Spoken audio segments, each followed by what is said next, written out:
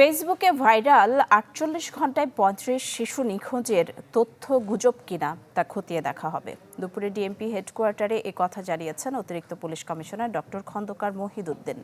জানান, প্রতি মাসে নিখোঁজের খবর থাকে, তবে তা চোখে পড়ার মতো না। নগদের কাছে সব গ্রাহকই প্রিয়, তাই তো সারা দেশে ক্যাশ আউট চার্জ সবচেয়ে কম।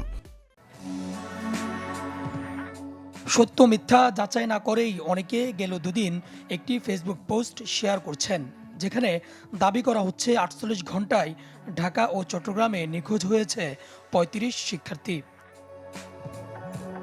এ পোস্টের সূত্রে বিভিন্ন ফেসবুক গ্রুপে আসতে শুরু করে একের পর এক নিখোঁজ হওয়া বিজ্ঞপ্তি।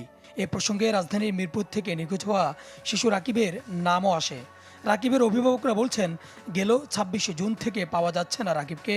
নিখোঁজ হয় চট্টগ্রামে আরেক শিশুও, পরে অবশ্য পাওয়া যায় তাকে। এছাড়া নিখোঁজ হওয়াদের নিয়ে তৈরি হয় ধোঁয়াশা। কাজীপাড়া সিদ্দিকিয়া ফাজিল মাদ্রাসায় যাওয়ার পথে কাজীপাড়া বাস স্ট্যান্ড থেকে নিখোঁজ। অনেক খোঁজাখুঁজি করার পরও এখনও কোনো খোঁজ পাইনি।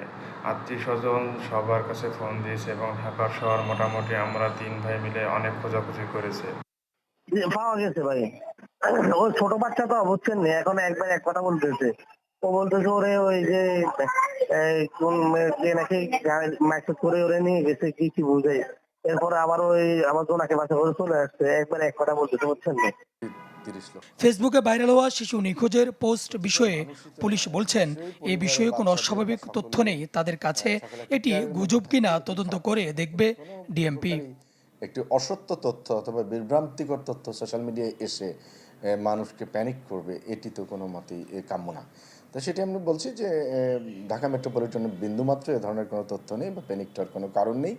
এ ব্যাপারে আতঙ্কিত না হয়ে সবাইকে সচেতন হওয়ার পরামর্শ দিয়েছে পুলিশ বিভাগ। আহ্বান জানানো হয়েছে প্রয়োজনে পুলিশের কাছে যাবার।